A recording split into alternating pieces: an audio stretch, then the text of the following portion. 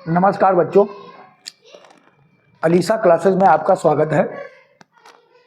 कक्षा 11 गणित में एक चैप्टर गुणोत्तर श्रेणी जिसको हम बोलते हैं जीपी ज्योमेट्रिक प्रोग्रेशन स्टार्ट करने वाले हैं हम आज।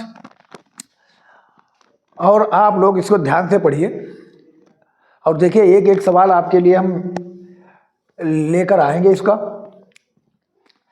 जैसे गुणोत्तर श्रेणी को समझने के लिए बच्चों, गुणोत्तर श्रेणी में समांतर श्रेणी में अगले पद से पिछला पद घटाना होता है तो डी निकलता है, कॉमन डिफरेंस निकलता है। इसमें गुणोत्तर श्रेणी में जैसे हमारे पास कोई भी सीरीज अगर दी है, जैसे लिखा हो 4, 8, 16, 32 डैश डैश करके ऐसे कोई सीरीज दी है, तो ये गुणोत्तर श्रेणी कहलाएगी कब? जब हम आर निकालें, अगले पद को पिछले पद से डिवाइड करें, भाग करें।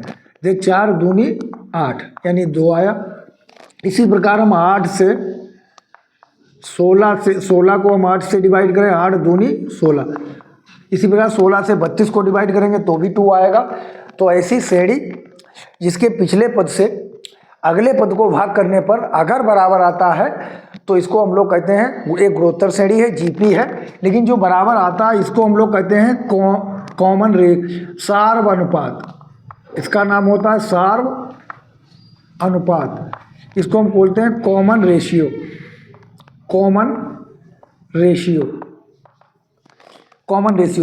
इसका nवां पद हम लोग कैसे लिखते हैं? जैसे पहला पद अगर a है, अगला है ए आर। जैसे इसमें r से आप 4 दिया है, पहला पद फर्स्ट टर्म जैसे 4 है, 4 को 2 से गुणा करेंगे 8, फिर 8 को 2 से गुणा करेंगे 16 को 2 से गुणा करेंगे 32। यानी जब r से आप गुणा करते चले जाएंगे तो आपकी श्रेणी गुणोत्तर श्रेणी बन जाएगी ए आर स्क्वायर। इसी प्रकार r से और गुणा करेंगे A R cube dash dash A R की पावर n-1। ये nवां पद है, क्योंकि इसमें अगर हम 1 रखेंगे, n की जगह 1 रखेंगे, 1 - 1 कितना हो गया? 0। r की पावर 0 का मतलब होता है 1 और 1 की गुणा ये पहला पद मिल गया। दूसरा पद निकालेंगे, इनकी जगह 2 रखिए, 2 - 1 कितना बचा? 2 - 1 1 सॉरी ए आर। इसी प्रकार जब हम इसकी वैल्यू देते चले जाएंगे 1 2 3 4, तो पहला पद, दूसरा पद, तीसरा पद, चौथा पद, पांचवा पद, छठा पद, ऐसे पद हमें मिलते चले जाएंगे। इसीलिए इसका नाम हमने रख दिया है nवां पद, यानी Tn = AR n-1। Tn = AR n-1। अब इसकी एक्सरसाइज जो है उसको हम हल करते हैं। एक्सरसाइज कौन सी है इसकी? देखिए एक्सरसाइज का नाम है 9.3। ये 9.3 एक्सरसाइज का पहला सवाल हम देखते हैं। एक्सरसाइज 9.3 का पहला सवाल क्या है? पहला सवाल जो है 9.3 का, गुणोत्तर श्रेणी 5/2, 5/4, 5/8। ये दिया है 5/2, 5/4, 5/8 डैश डैश करके दिया है। आगे का 20वां तथा nवां पद चाहिए, 20th term and nth term चाहिए। इसका हमें 20वां पद चाहिए। 20वां का मतलब हो गया T20। nवां पद चाहिए तो क्या है? Tn चाहिए है। तो सबसे पहले इनमें हमें क्या निकालना है? हमें a निकालना है और r निकालना है। a जो होता है पहला पद होता है, a बराबर कितना दिया है? यहाँ पर देखिए a बराबर कितना दिया है? 5/2। और r जब हमें निकालना है तो अभी हमने आपको समझाया, r निकालने के लिए मुझे क्या करना है? अगले पद को पिछले पद से डिवाइड कर दीजिए। यानी अब हम अगले पद को पिछले पद से डिवाइड करेंगे, यानी 5/4 को भाग करेंगे हम 5/2 से। तो ये हमें भिन्न पलट जाती है, हमें मालूम है। 5/4 गुणा 2/5, तो 5 कैंसिल हो गया, 5 करना 5, 2 करना 2, 2 दूनी 4, कितना आ गया? 1/2। अब हमें 20वां पद चाहिए, तो 20वां पद हमें इस श्रेणी का निकालना है। तो 20वां पद निकालने के लिए हमें पहले हम nवें पद का फार्मूला लिख देंगे। nवां पद भी चाहिए, AR n-1।